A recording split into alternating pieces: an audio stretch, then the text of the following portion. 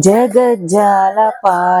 कचत्कण्ठमालं शरश्चन्द्रफालं महादैत्यकालं नभोनीलकायं दुरावारमायं सुपद्मासहायं भजेऽहम्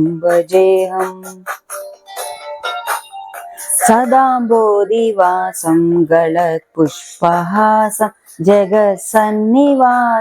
शतादित्यभासं गदाचक्रशस्त्रं लसत्पीठवस्त्रं हसच्चारुवक्त्रं भजेऽहम्